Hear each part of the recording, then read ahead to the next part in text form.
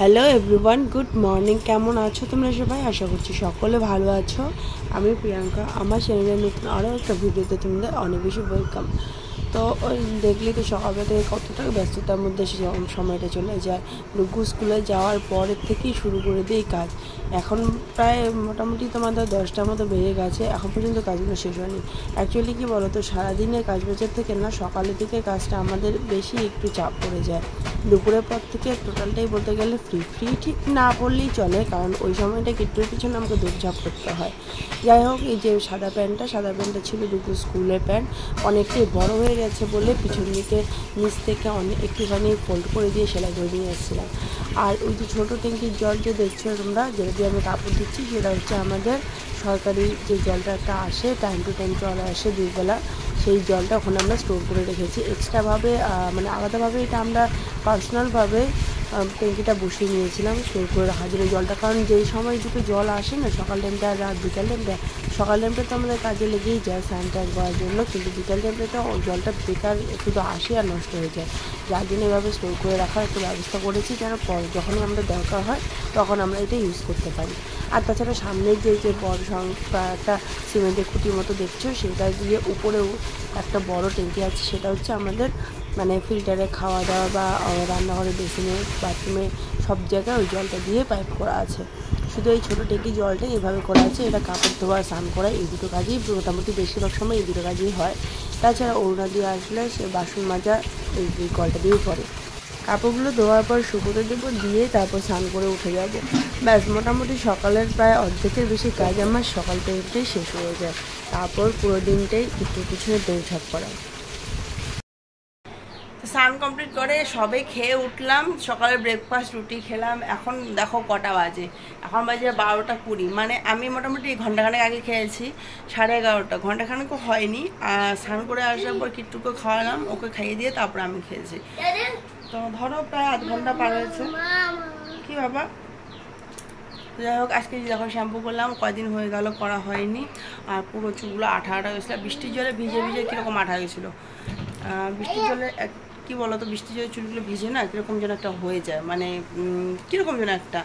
তো শ্যাম্পু করলে মোটামুটি পরিষ্কার হয়। আর 2 দিন থেকে সর্দি, এত সর্দি যে ওষুধ খাচ্ছি কমছে, গলাটা দেখো বসে গেছে কীরকম, কথা আওয়াজগুলো যেন কীরকম হচ্ছে। তো যাই হোক, ওদিকে মা দিদি রান্না বসিয়ে দিয়েছে, ওরা রান্না করছে। আর সকালে রান্নাটা যেহেতু আমি করি না, আপাতত আমার কাজ শেষ হয়ে গেছে। এখন শুধু এই যে ছেলে দুটোকে স্নান করানো খাওয়ানো এগুলোই। আর এই কিট্টু দেখো কী সব করে যাচ্ছে, মানে সারাদিন কী যে বকতে থাকে, কী যে বলবো, ওই কথা কোনো মাথা মুন্ডু নেই। সারাদিন মুখটা পক পক পক পক করতেই থাকে, কী বলবে কী নেই কোনো কিছু কিছু বোঝা যায়, কিছু বোঝা যায় না। এখন কাইকু কাইকু বলছে, এখন কাইকু এখন কাকে বলছে ও জানে। আহা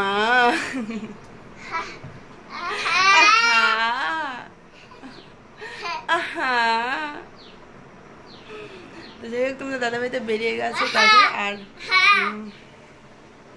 এটা ঘুরে গেছে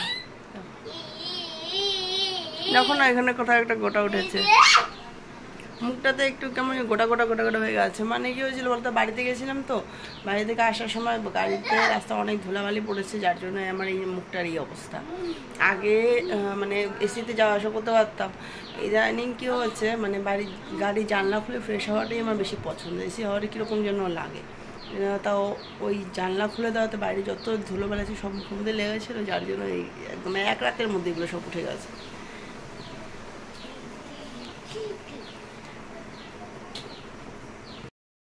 তো এখন বাজে বিকেল 5টা প্রায় পেরিয়ে গেছে। তো এই যে সেই সব কাপড় চোপড়গুলো আমি সব গুছালাম, গুছিয়ে দেখো প্রত্যেকটাই কিন্তু ডাবল ডাবল করে আছে।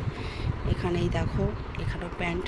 তো আমি প্রত্যেক সময় যখন কাপড় গুছাই এইভাবে সবগুলো একসাথে এইভাবে গুছিয়ে রেখে দিই, তারপরে যেটা যেখানটায় রাখার দরকার শুধু এভাবে ওঠাই আর ওখানে সেট করে রেখে দিই। আর এই যে হচ্ছে আমাদের, এগুলো হচ্ছে একদিনের কাপড়, মানে কালকে বৃষ্টি পড়েছিল, কালকে কাপড়। তো কাপড় গুছানো কমপ্লিট, কাপড় গুছানো দেখো প্রচণ্ড ঘেমে গেছে। আর কানে যে হেডফোন দেওয়া আছে, হেডফোন দিয়ে আমি মুভি দেখছিলাম, সঙ্গে কাপড়গুলো গোছাচ্ছিলাম। তো ভাবলাম যে তোমার সাথেও শেয়ার করি, মানে এটা হচ্ছে আমার ডেইলি কাজ, প্রত্যেক দিন আমাকে এভাবে কাপড়গুলো গোছাতে হয়। বিকেলে শোয়ার একটু টাইম হয় না, যদি শুই তখন এই কাজটা করি, কাপড় গুছানোর কাজটা আমার একদমই হয় না। আর যদি কাপড় না গুছিয়ে পরে না পর শেষ হয়ে যায়, একটা বড় লন্ড্রি ব্যাগ আছে সেটা স্টোর করে রাখি, তারপরে যখন যেটা দরকার হয় সেটা। তো এই হচ্ছে বিকালের। যাই হোক, আমার ভিডিওগুলো তোমাদের কেমন লাগছে তোমরা কিন্তু জানাবে আমাকে, আর চেষ্টা করবো আর ভালো ভালো সুন্দর সুন্দর ভিডিও তোমাদের সঙ্গে আনা। তো এখন এগুলো সবগুলো ওদের নিজের জায়গায় মানে যেখানে যেন যেগুলো রাখে সেখানে সেখানে সবগুলো স্টোর করে গুছিয়ে রেখে দেবে, নাহলে আবার ছোটো হয়ে যাবে। আমি দেখো যে কী অবস্থা, ঘেমে আর শীতে পুরো ফাঁকা হয়ে গেছে আমার চুল উঠতে উঠতে।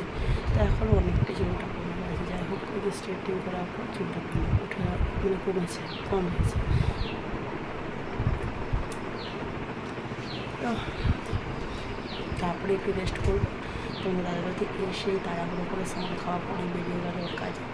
দুপুর আজকে টিউশন নেই, তার জন্য ওই পাশের ঘরে বাবা ঘরে বসে টিভিতে মানে কিছু ভিডিওস দেখছে, ইউটিউবের ভিডিও। তো চলো আগে এগুলো সব ওর নিজে জায়গায় রেখে দিই।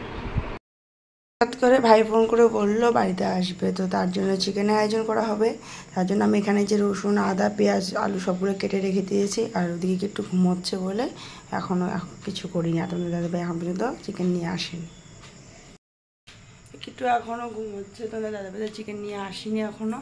তো আমি এগুলো সব কেটে রেডি করে রেখে দিলাম, ও আসলে রান্নাটা বসিয়ে দেবো, কারণ ভাই আসতে অনেকটা লেট হয়ে যাবে, অনেকটা রাত হবে বললো। আর এখন প্রায় অনেকটাই বাজে, প্রায় ধরো 7:30 পার বার, কিন্তু আজকে অনেক ঘুমোচ্ছে, উঠছে না, তো ওকে একটু ডেকে ওঠাতে হবে। যাই হোক, আমার কাটাকাটিটা হয়ে গেল বলে অনেকটা আরাম।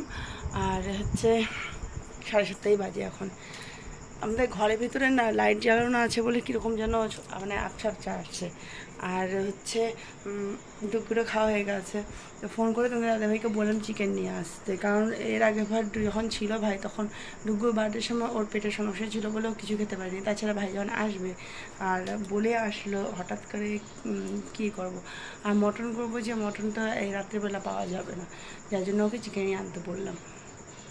আর ভাই একটু চিকেনটা বেশি ভালোবাসে।